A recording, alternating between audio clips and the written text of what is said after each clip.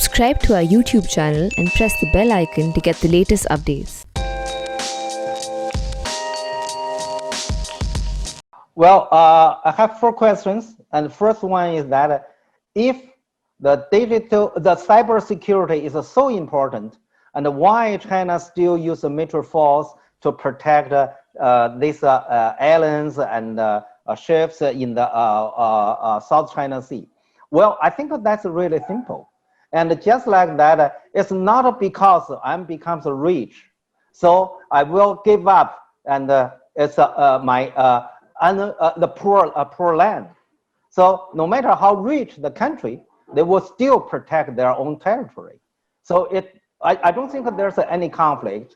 And no matter how rich the United States, I don't think the United States said, okay, we will give up our territory to others. So just like all the individuals, and we may become rich, but it doesn't mean that you will give up your old house to the others.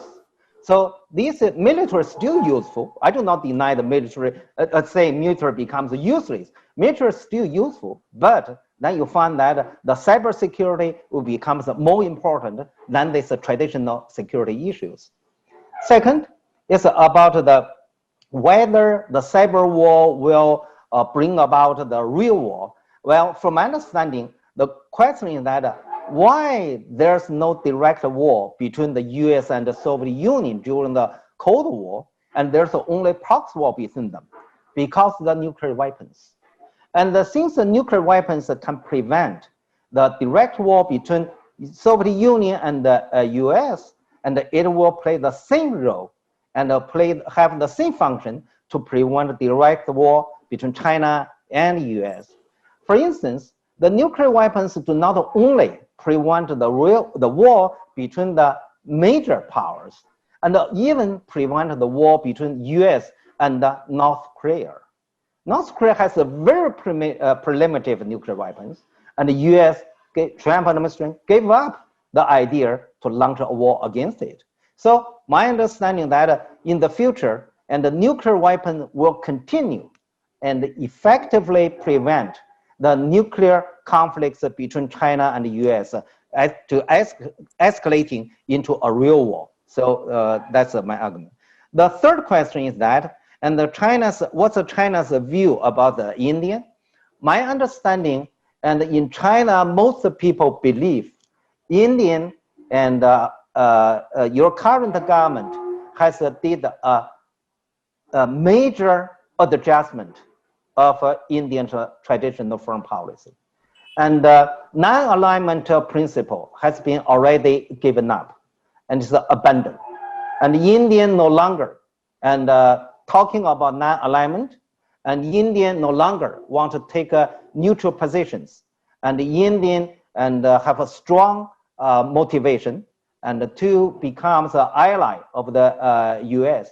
Maybe a lot of Indian friends tell me, no, that's not true. And Indian didn't give up. But from Chinese eye, we think currently the non-alignment principle is just a kind of a cover of the policy of making alliance in the India.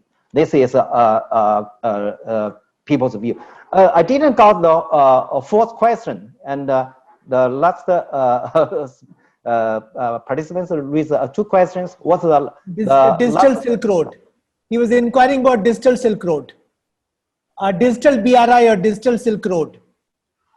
Oh, well, I think this actually the situation and becomes more complicated.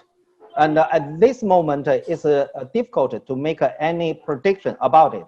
But I would say, and the uncertainty will be the basic characteristic for the world we face with. And the uncertainty we face not only internationally and also domestically. And in many countries facing these uncertainty issues, the relationship between China and the Indian also disturbed by the uncertainty. And that means no one can, at this moment, although everyone said that I'm optimistic about our bilateral relations, but actually no one knows and where our bilateral relations goes. So uncertainty is the general character for today's both domestic and international politics.